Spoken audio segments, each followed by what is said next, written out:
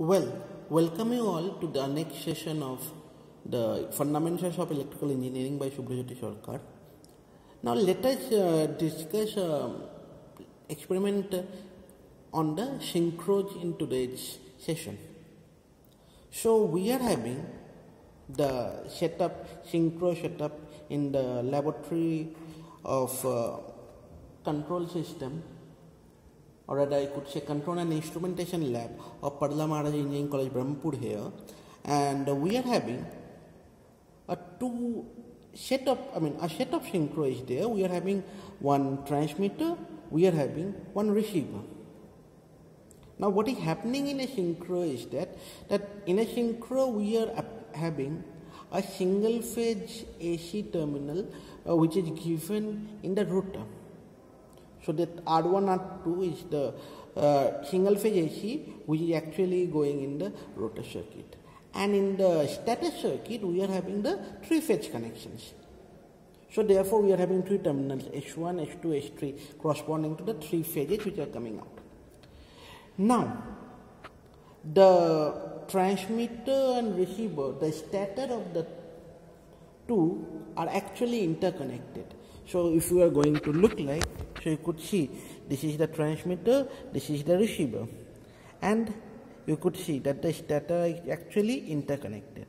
So what it actually happened, that whenever we are giving some motion in the transmitter one, the EMF pattern in the S1, S2, S3 is going to change. So we are actually going to monitor it. So therefore we are having that multimeter with us. So it is going to vary. Now when it is going to vary, so the respective EMF would be coming to the stator winding of the receiver. Now although since we are energizing the rotor EMF of the receiver, there will have some force that will be experienced in the rotor of that receiver, so that it is going to move a line by the same amount by which we are actually moving the transmitter angle, and that is what is actually we are going to demonstrate in this particular lab. Ideally, the phase difference between the synchro transmitter and synchro receiver should be 0 degree, but in this setup what we are having in the laboratory, it is having the phase difference of 210 degree. But the other thing what we is going to doing, it would be doing the same thing. Now you may say that why I should keep it like that.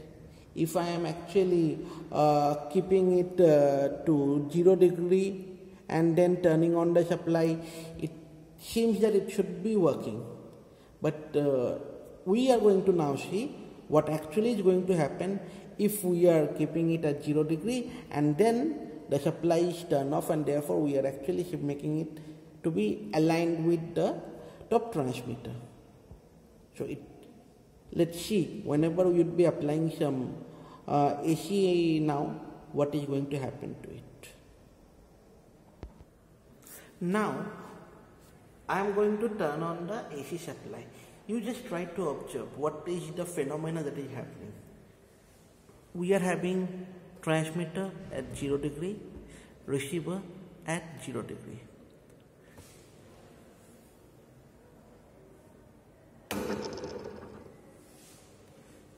So you could see there is some movement in both the things which actually deviate both of them from the position. Now let me back it to say 0 degree.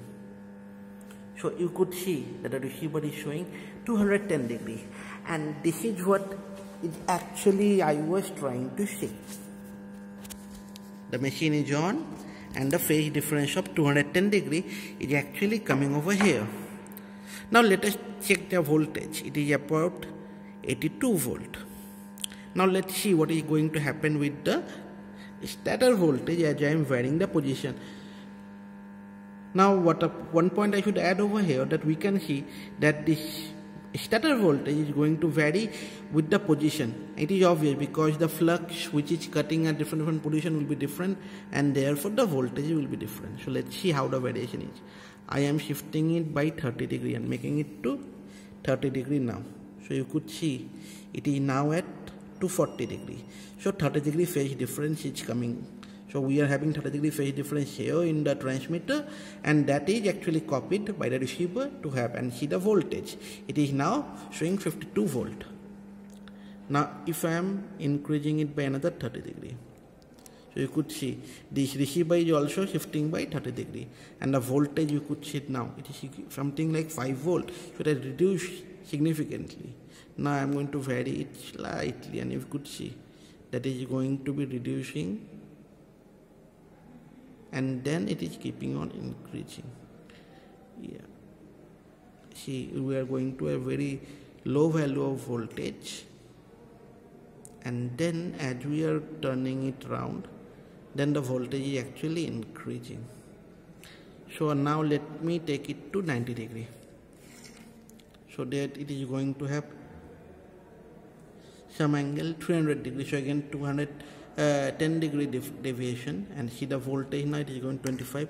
Now the process, if it is continued, we could see that the voltage is again increasing to the maximum value, and then it is falling back.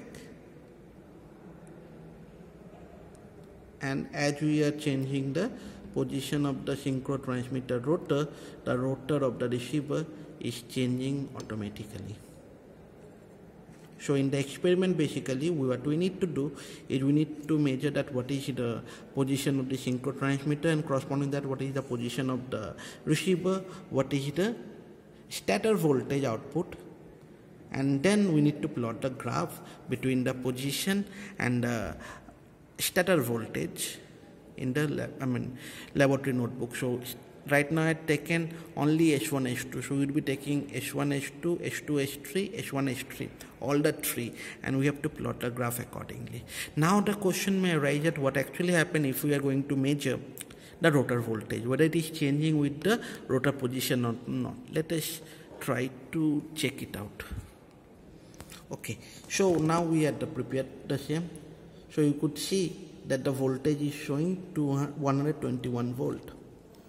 It's written 110, but it's showing 121, whatever. Now let us vary it.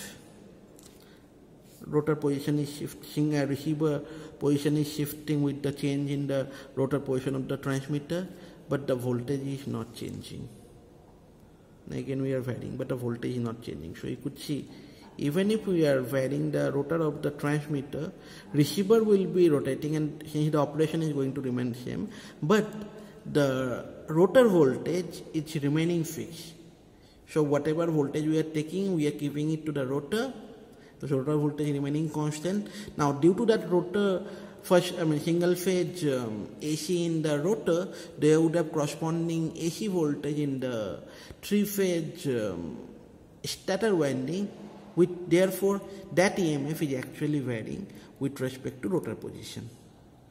So this is what for this particular experiment. So I am stopping here.